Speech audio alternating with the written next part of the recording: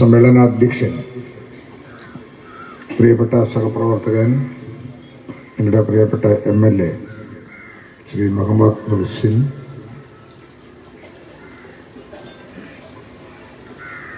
Municipal chairperson Shri Lakshmikutty O,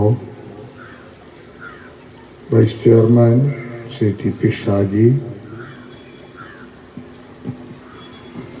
water അതോറിറ്റിയുടെ board member Shri Jose Joseph, എതിർപോസ്റ്റായിട്ടുള്ള വിവിധ സ്റ്റാൻഡിംഗ് കമ്മിറ്റികളുടെ ചെയർപേഴ്സൺസ്, ചെയർമാൻമാർ, വിവിധ രാഷ്ട്രീയ കക്ഷികളുടെ പ്രതിനിധികൾ, പ്രിയമുള്ള Shri Krishnakumaran, chief engineer water authority Shri Pradeep, ബഹുമാന്യരായിട്ടുള്ള സ്നേഹിതരെ, സുഹൃത്തുക്കളെ, രണ്ട് പ്രധാനപ്പെട്ട പദ്ധതികളാണ് EMS പാർക്കിൻ്റെയും അമൃത് 2 കുടിവെള്ള പദ്ധതിയുടെ നിർമ്മാണ പ്രവർത്തനങ്ങളുടെ തുടക്കവും. പ്രിയപ്പെട്ട MLA അക്കാര്യങ്ങളുടെ പഴയകാല ഓർമ്മകൾ പുതുക്കിക്കൊണ്ട് തന്നെ ഇവിടെ സംസാരിക്കുകയുണ്ടായി. എനിക്ക് വളരെയേറെ സന്തോഷമുണ്ട്. എനിക്കും ഒരു ഭാഗ്യം സിദ്ധിച്ചു. EMSൻ്റെ പേരിലൊരു പാർക്ക് അത് ഉദ്ഘാടനം ചെയ്യാനുള്ള അവസരമുണ്ടായത് പൊതുജീവിതത്തെ പ്രവർത്തിക്കുന്നൊരു വ്യക്തി എന്ന നിലയിൽ ഒരു അനുഗ്രഹമാണ് എന്ന് ഞാൻ ആത്മാർത്ഥമായിട്ട് വിശ്വസിക്കുന്നു. നമ്മുടെ രാഷ്ട്രീയ ഭൂപടത്തിലെ കക്ഷിരാഷ്ട്രീയ താല്പര്യങ്ങളും മുന്നണികളും ഒക്കെ മാറ്റി നിർത്തുമ്പോഴും തുടക്കം കുറിച്ച പ്രവർത്തന മണ്ഡലത്തിൽ മാറ്റങ്ങൾക്ക് നിദാനമായ തീരുമാനങ്ങൾ കൈക്കൊണ്ട 57-ലെ EMS ഗവൺമെൻറ് ചരിത്രപരമായ നിയോഗങ്ങൾ നിറവേറ്റിയ സർക്കാരാണ്. അതിൻ്റെ തുടർച്ചയായിട്ട് കേരളത്തിൽ വന്ന സർക്കാരുകൾ അക്കാര്യങ്ങളും ആ നിലപാടുകളും ആ തീരുമാനങ്ങളും ഒന്നും ഉപേക്ഷിച്ചുകൊണ്ടല്ല മുന്നോട്ട് പോന്നിട്ടുള്ളത്. കാലങ്ങൾക്ക് ശേഷമാണെങ്കിലും ഭാരതപ്പുഴയുടെ തീരത്ത് ഇത്തരത്തിലുള്ള ഒരു അനുസ്മരണം അദ്ദേഹത്തെ ഓർക്കാനും പുതുതലമുറയ്ക്ക് എന്നും അതൊരു പ്രതീക്ഷയുടെ ഓർമ്മകൾ അനുസ്മരിക്കാൻ കഴിയത്തക്ക വിധത്തിൽ 2 ഘട്ടങ്ങളായി MLA ഫണ്ടിൽ നിന്ന് തന്നെ പണം മുടക്കി ബഹുമാനായി MLA ഈ പദ്ധതി പൂർത്തീകരിക്കാൻ സാധിച്ചു എന്നുള്ളത് അദ്ദേഹത്തിൻ്റെ ദീർഘവീക്ഷണത്തിൻ്റെയും ഈ നാടിനോടും അതോടൊപ്പം ഇവിടെ MLA ആയി മുഖ്യമന്ത്രിയായി സർവോപരി കേരളത്തിൻ്റെ വികസന പ്രവർത്തനങ്ങളൊക്കെ തുടക്കം കുറിച്ച EMSനോട് കാണിക്കുന്ന ആരാധ്യനായ വലിയ മനുഷ്യനോടുള്ള ഒരാദരവായി ഞാൻ കണക്കാക്കപ്പെടുകയാണ്. ഈ പദ്ധതികൾ പൂർത്തീകരിക്കുമ്പോൾ പട്ടാമ്പിക്ക് മുഖച്ഛായ മാറുകയാണ്. ഒട്ടേറെ ആൾക്കാർക്ക് ഇവിടെ വരാനും ഇവിടെ സമയം ചെലവഴിക്കാനും പ്രകൃതി ഭംഗി ആസ്വദിക്കാനും എല്ലാം സമയവും സന്തോഷപ്രദമായിട്ടുള്ള സാഹചര്യം ഉണ്ടാകും. നിങ്ങൾ ഇവിടെ ഇടയ്ക്ക് സൂചിപ്പിച്ചു, നമ്മുടെ മാനസിക ആരോഗ്യമാണ് ജീവിതത്തിലെ ഏറ്റവും പ്രധാനപ്പെട്ടത്. ഇരുമൃക്കങ്ങളുടെ ഒരു ഘട്ടമാണല്ലോ, അതിന് ചെറു പ്രായ വ്യത്യാസമൊന്നുമില്ല. കുറേ കൂടി ആയാസം കൂടുതലായി ഉണ്ടാകുമ്പോൾ സന്തോഷകരമായ അനുഭവങ്ങൾക്ക് വേദിയൊരുക്കാൻ എല്ലാവർക്കും ഒരു വിശ്രമസ്ഥലം കണ്ടെത്താൻ അനുയോജ്യമായ സ്ഥലങ്ങൾ നമ്മുടെ സമൂഹത്തിന് ആവശ്യമാണ്. കായികക്ഷമത പ്രധാനപ്പെട്ട കാര്യമാണ്. കുട്ടികളിൽ പോലും കാണുന്നത് സമ്പൂർണമായ കായികക്ഷമതയുടെ കുറവാണ്. 10-50 വയസ്സിന് ശേഷം കണ്ടെത്തുന്ന പ്രഷറും കൊളസ്ട്രോളും ഷുഗറും ഒക്കെ നമ്മുടെ കുട്ടികളിലും കണ്ടു തുടങ്ങിയിരിക്കുന്നു. കുട്ടികൾക്കും സമ്പൂർണമായ കായികക്ഷമതയുടെ കുറവ് അനുഭവപ്പെടുകയാണ്. ആവശ്യമായ കളിസ്ഥലത്തിൻ്റെ അഭാവം, അതിനെ പ്രോത്സാഹിപ്പിക്കാൻ ഉതകുന്ന രീതികളിൽ മാറ്റം വന്നിട്ടുണ്ടോ എന്നുള്ള സംശയം. കമ്പ്യൂട്ടറുകളും IT രംഗത്തെ മാറ്റങ്ങളും വിവര സാങ്കേതിക രംഗത്തെ ഉയർന്ന ചിന്തകളുമെല്ലാം എത്രത്തോളം നല്ലതാണെന്ന് ചിന്തിക്കുന്ന പോലെ തന്നെയാണ് കായിക രംഗത്തെ പുരോഗതിക്ക് അടിസ്ഥാനമായി കളിക്കളം മാത്രമേ ബാക്കിയുള്ളൂ. ഞാനൊരു ദിവസം സ്കൂളിൽ പോയി. 1000-ലധികം പിള്ളേർ പഠിക്കുന്ന ബൃഹത്തായ നല്ല റിസൾട്ടുള്ള ഒരു സ്കൂളിൽ ഞാൻ ആ കുട്ടികളോടൊരു ചോദ്യം ചോദിച്ചു. നിങ്ങളിൽ ആർക്കെങ്കിലും മുട്ടിന് താഴെ മുറിവുള്ള 2 കുട്ടികൾ എത്തി നിൽക്കാമെന്ന് ചോദിച്ചു. ഭാഗ്യവശാൽ ഒരു കുട്ടിയുടെ മുട്ടിന് താഴെ ഒരു മുട്ടുസൂചിക്ക് കുത്തിയ പാട് പോലുമില്ല. എന്താ അർത്ഥം? സ്കൂൾ ബസ്സിൽ കയറി സ്കൂളിൽ ഇറങ്ങുന്നു, അവിടുന്ന് കയറി വീട്ടിലിറങ്ങുന്നു, ആകെ അല്പം തഴമ്പ് ഈ മൊബൈലിൽ തൂത്ത് ഈ ചൂണ്ടുവിരലെ മാത്രമേ ഉള്ളൂ എന്നുള്ള സ്ഥിതി വന്നിരിക്കുക. അതിന് മാറ്റം വരുത്തിയില്ലെങ്കിൽ ഉണ്ടാകാവുന്ന ബുദ്ധിമുട്ട് ഇന്ന് നമ്മൾ അതിജീവിക്കുന്ന ഏറ്റവും വലിയ പ്രശ്നമായ ലഹരിയും മയക്കുമരുന്നുമാണ്. അത് കുട്ടികളിൽ എങ്ങനെയാണ് ഇങ്ങനെ ആശങ്കപ്പെടുത്തുന്നത്? അവരെന്തിനാണ് അത്ര ആഗ്രഹം പ്രകടിപ്പിക്കുന്നത്? അവരെ എൻഗേജാക്കാൻ നമുക്ക് കഴിയുന്നില്ല. ചെറുപ്രായത്തിലുള്ള ആൾക്കാരെ, യുവാക്കൾക്ക് വൈകുന്നേരം ഒരു കളിസ്ഥലത്തിൽ പോകാൻ, ഒരു പാർക്കിൽ പോകാൻ, ഒന്ന് സല്ലപിക്കാൻ ഉള്ള സന്തോഷപ്രദമായ അനുഭവങ്ങൾക്കുള്ള അനുഭൂതികൾക്ക് നിറവേറ്റാൻ കഴിയുന്ന അവസരമില്ല. അത് നമുക്ക് തിരിച്ചു പിടിക്കണം. അത് കളിസ്ഥലമാക്കി മാറ്റിയെടുക്കാൻ കഴിയണം. ഇന്ന് ആ മദ്യവും മയക്കുമരുന്നെന്ന് പറയുന്നത് പഴയതുപോലെയല്ല. കാലം മാറി.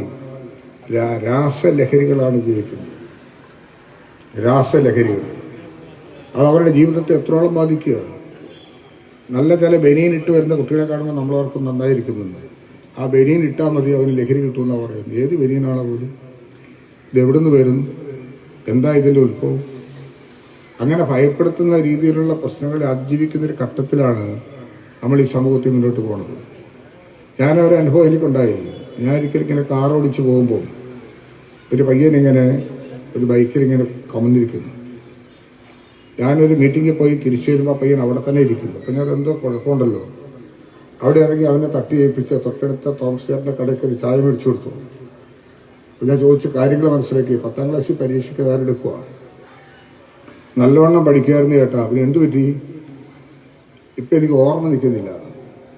പഠിച്ചതൊക്കെ മറന്നു പോകുന്നു. എനിക്ക് ആകെ ഭയങ്കര മാനസിക ടെൻഷനാണ്. ഞാൻ കാര്യം ചോദിച്ച് മനസ്സിലാക്കിയപ്പോൾ അവൻ ഇത്തരം കാര്യങ്ങളിൽ അടിമയായി മാറിക്കഴിഞ്ഞു. അവൻ ഉദ്ദേശിച്ചതായിട്ടുള്ള സാധനമൊക്കെ കിട്ടാതെ വരുന്നു. വിഷമമായി, ടെൻഷനായി. കൂട്ടുകാരറിഞ്ഞാൽ ബുദ്ധിമുട്ട്, വീട്ടിൽ പറയാൻ മടി, അധ്യാപകരുടെ മുമ്പിൽ ചെല്ലാൻ പേടി. ഇപ്പം ഞാൻ ചോദിച്ചു, നീ എന്തിനാ വണ്ടിയെ കമന്ന് കിടന്നത്? എൻ്റെ മനസ്സിന് ദുഃഖം തോന്നിയപ്പം പെട്രോൾ ടാങ്കിൻ്റെ അടപ്പ് തുറന്നു വെച്ച് മൂക്ക് വെച്ച് ശ്വസിക്കുകയായിരുന്നു. ആ പെട്രോളിൻ്റെ മണം അടിക്കുമ്പോഴെങ്കിലും ചെറിയ മാറ്റം വരും. നമ്മുടെ തലമുറയിലെ കുട്ടികൾ എവിടെ എത്തി നിൽക്കുക? അതുകൊണ്ട് സമ്പൂർണ്ണമായും കായികക്ഷമതയെ പ്രോത്സാഹിപ്പിക്കാൻ തുടങ്ങുന്ന പ്രവർത്തനങ്ങൾ കളിസ്ഥലമാണെങ്കിലും ഉദ്യാനങ്ങളാണെങ്കിലും തമാശ പറഞ്ഞിരിക്കാനാണെങ്കിലും പൊട്ടിച്ചിരിക്കാനാണെങ്കിലും മാനസിക പിരിമുറുക്കത്തെ കുറയ്ക്കണം. വിഷമങ്ങളും സാഹചര്യവും വേദനയൊക്കെ ഉണ്ടാവും. അതൊക്കെ മറ്റുള്ളവരുമായി സമ്പർക്കപ്പെടുമ്പോൾ, കൂട്ടുകാരുമായി ഒത്തുചേർന്ന് വർത്തമാനം പറയുമ്പോൾ അതൊക്കെ മാറ്റം വരും. പരസ്പര ആശ്വാസത്തിൻ്റെ വേദികൾ ഒരുക്കാൻ പകർന്ന ഏറ്റവും സുന്ദരമായ നിമിഷങ്ങൾക്ക് വേദി ഒരുക്കുന്നതെന്നാണ് ഭാരതപ്പുഴയുടെ തീരത്തുള്ള EMS പാർക്ക്. അതുകൊണ്ട് ഈ പാർക്ക് തീർച്ചയായിട്ടും വലിയ രീതിയിൽ അതിന് നല്ല നിലയിൽ അതിൻ്റെ തുടക്കം കുറിച്ച, അതിനുവേണ്ടി അക്കാര്യങ്ങളെല്ലാം ശ്രദ്ധിച്ച പ്രിയപ്പെട്ട MLA പ്രത്യേകമായി ഞാൻ ഈ സന്ദർഭത്തിൽ അഭിനന്ദിക്കുന്നു. അതോടൊപ്പം ഇന്ന് അമൃത കുടിവെള്ള പദ്ധതി ഏതാണ്ട് 9 കോടി രൂപ മുടക്കി നമ്മുടെ പ്രദേശത്ത് മുനിസിപ്പൽ ചെയർപേഴ്സണെ സൂചിപ്പിച്ചു. ആവശ്യമായിട്ടുള്ള വെള്ളം കൊടുക്കാൻ കഴിയുന്ന സ്ഥിതിയില്ല, നമുക്ക് രൂപപ്പെടുത്തണം. അതിനുവേണ്ടിയുള്ള നല്ലൊരു പരിശീലനവും പരിശ്രമവും അതിന് നമ്മുടെ തുടക്കം കുറിക്കുന്നൊരു സ്ഥിതിയാണ് ഇവിടെ കാണുന്നത്. കേരളത്തിൻ്റെ മറ്റൊരു സ്ഥിതി അത് തന്നെയാണ്. എല്ലാവർക്കും ശുദ്ധജല ലഭ്യത ഉറപ്പുവരുത്തണം. സാധിക്കുന്നില്ല. എന്താണ്? ഗ്രൗണ്ട് വാട്ടർ ലെവൽ താഴ്ന്നു പോകുന്നു എന്നുള്ളൊരു സ്ഥിതിയുണ്ട്. നമ്മളൊരു പക്ഷേ കാണാതിരിക്കുകയാണ്. നമ്മൾ ഉദ്ദേശിച്ചതിനേക്കാൾ വേഗം കുടിവെള്ളത്തിനുള്ള ബുദ്ധിമുട്ട് കേരളത്തെ ഗ്രസിച്ചുകൊണ്ടിരിക്കുന്നു. ലോകാരോഗ്യ സംഘടനയുടെ കണക്ക് പരിശോധിച്ചപ്പോൾ കണ്ടത് ലോകത്തെമ്പാടും 270 കോടി ജനം കുടിവെള്ളം കിട്ടാതെ വിഷമിക്കുന്നുണ്ട്. 270 കോടി ജനം. ഒരു മാസമെങ്കിലും കുടിവെള്ളം കിട്ടാത്തതിൻ്റെ കണക്ക് നോക്കിയപ്പോൾ 400 കോടി കഴിയും. ലോക ജനസംഖ്യയുടെ പകുതിക്കടുത്ത ജനം കുടിവെള്ളത്തിന് വേണ്ടി വിഷമിക്കുന്ന ഒരു ലോകക്രമത്തിലാണ് എല്ലാ വീട്ടിലും ശുദ്ധജലം എത്തിക്കാൻ ഈ ഗവൺമെൻറ് തീരുമാനിച്ച് നടപ്പിലാക്കുന്ന പദ്ധതികൾ കേന്ദ്ര സംസ്ഥാന ഗവൺമെൻറ്റുകളോട് സഹകരിച്ചുകൊണ്ടുള്ള ഈ പദ്ധതി നടപ്പിലാക്കുന്നതിൽ കേരളം എത്ര കണ്ട് മുന്നോട്ട് വന്നു. ഈ ഗവൺമെൻറ് വരുമ്പോൾ കേരളത്തിൻ്റെ സ്ഥിതി എന്താ? 70,80,000 ഗ്രാമീണ കുടുംബങ്ങളുള്ള, ഏകദേശം 71 ലക്ഷത്തോളം ഗ്രാമീണ ഭവനങ്ങളുള്ള കേരളത്തിൽ 17 ലക്ഷം കുടുംബങ്ങളിൽ മാത്രമാണ് നിങ്ങൾക്ക് കുടിവെള്ളം കൊടുക്കാൻ കഴിയുന്നത് 10 വർഷക്കാലം കൊണ്ട്. എന്നാൽ കഴിഞ്ഞ 3 വർഷക്കാലം കൊണ്ട് 17 ലക്ഷം എന്നുള്ള സ്ഥാനത്ത് ഇന്ന് കേരളത്തിൽ 44 ലക്ഷം കുടുംബങ്ങളിൽ കുടിവെള്ളം എത്തിക്കഴിഞ്ഞു എന്നുള്ളതാണ് ഒരു യാഥാർത്ഥ്യം. വികസന രംഗത്ത് അടിസ്ഥാനപരമായി എത്ര വലിയ നേട്ടമാണ്. മഴക്കാലത്ത് വേനൽക്കാലത്ത് നല്ല കുടിവെള്ളം വീട്ടിൽ ലഭ്യമായാൽ ഇന്ന് ആ ഗ്രൗണ്ട് വാട്ടർ ടെസ്റ്റ് ചെയ്യുമ്പോൾ കാണുന്നത് മനുഷ്യ വിസർജ്ജ ഘടകമുള്ളതായിട്ടാണ്. ജലജന്യ രോഗങ്ങൾക്ക് കാരണമാകുന്നു. അതെല്ലാം മാറ്റി ട്രീറ്റ് ചെയ്ത് പ്ലാന്റിൽ ഓവർഹെഡ് ടാങ്കിൽ എത്തിച്ച് മെയിൻ പമ്പ് ലൈനിലൂടെ വന്ന് ഡിസ്ട്രിബ്യൂഷൻ ലൈൻ കൊടുത്ത് ടാപ്പ് തുറന്ന വെള്ളം വീട്ടിലെത്തുന്ന സ്ഥിതിക്ക് തുടക്കം കുറിച്ചു എന്നുള്ളതാണ് കാണുന്നത്. 6-7 മാസം കഴിയുമ്പോൾ ബാക്കിയുള്ള വീടുകളിലൂടെ വെള്ളം എത്തും. ഈ പദ്ധതിയൊക്കെ പൂർത്തിയാക്കാൻ ആവശ്യമായ തുക നൽകി. കേരളത്തിൽ പണി പുരോഗമിക്കുന്നു. അതിൽ ആദ്യഘട്ടം തന്നെ ഇവിടെ MLA സൂചിപ്പിച്ചു. അദ്ദേഹം നിയമസഭയിൽ വന്ന സമയം മുതൽ ഞാൻ നിരീക്ഷിക്കാറുണ്ട്.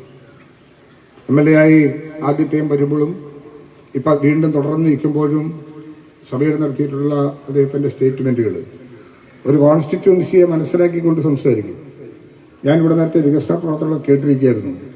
മനോഹരമായ ചിന്തകളും പ്രവർത്തനങ്ങളും. അതാണ് നമ്മുടെ ജനജീവിതത്തിന് ആവശ്യം. ഓരോ വിഷയങ്ങളും കണ്ടറിഞ്ഞ് പരിഹരിക്കുക. അതിന് കക്ഷിയും രാഷ്ട്രീയമൊന്നും ഇല്ലെന്ന്. വിഷയങ്ങൾ പരിഹരിക്കപ്പെടുക എന്നുള്ളതാണ് ജനത്തിന് ആവശ്യം. അതിനുവേണ്ടിയാണല്ലോ ഗവൺമെൻറ്റുകൾ. ആ ഗവൺമെൻറ്റുകളെ സ്വാധീനിച്ചും ആ ഗവൺമെൻറ്റുകളെ ശ്രദ്ധയപ്പെടുത്തിയും നാട്ടിലെ ജനങ്ങൾക്ക് നേടിയെടുത്ത് കൊടുക്കുക എന്നുള്ള പ്രഥമമായ ദൗത്യം പൂർത്തീകരിക്കുന്നതിൽ 10 വർഷക്കാലം കൊണ്ട് വിജയിച്ചൊരു MLA ആണ് പ്രിയപ്പെട്ട നിങ്ങളുടെ MLA എന്ന് അഭിമാനത്തോടെ പറയാൻ കഴിയും. അതാണ് ഏറ്റവും പ്രധാനപ്പെട്ട കാര്യം. ആ നിലയിൽ നമുക്ക് മുന്നോട്ട് പോകാനായിട്ട് സാധിക്കട്ടെ. ഞാൻ ഈ അമൃത് പദ്ധതിയിൽ കുടിവെള്ള ടാങ്കുകൾ നിർമ്മിക്കാൻ 2 പേരെ സ്ഥലം ലഭ്യമാക്കി കൊടുത്തു എന്ന് ഞാൻ ശ്രദ്ധിച്ചു. ഇത്രയും വലിയൊരു കാരുണ്യ പ്രവൃത്തിയാണ് ചെയ്തത്.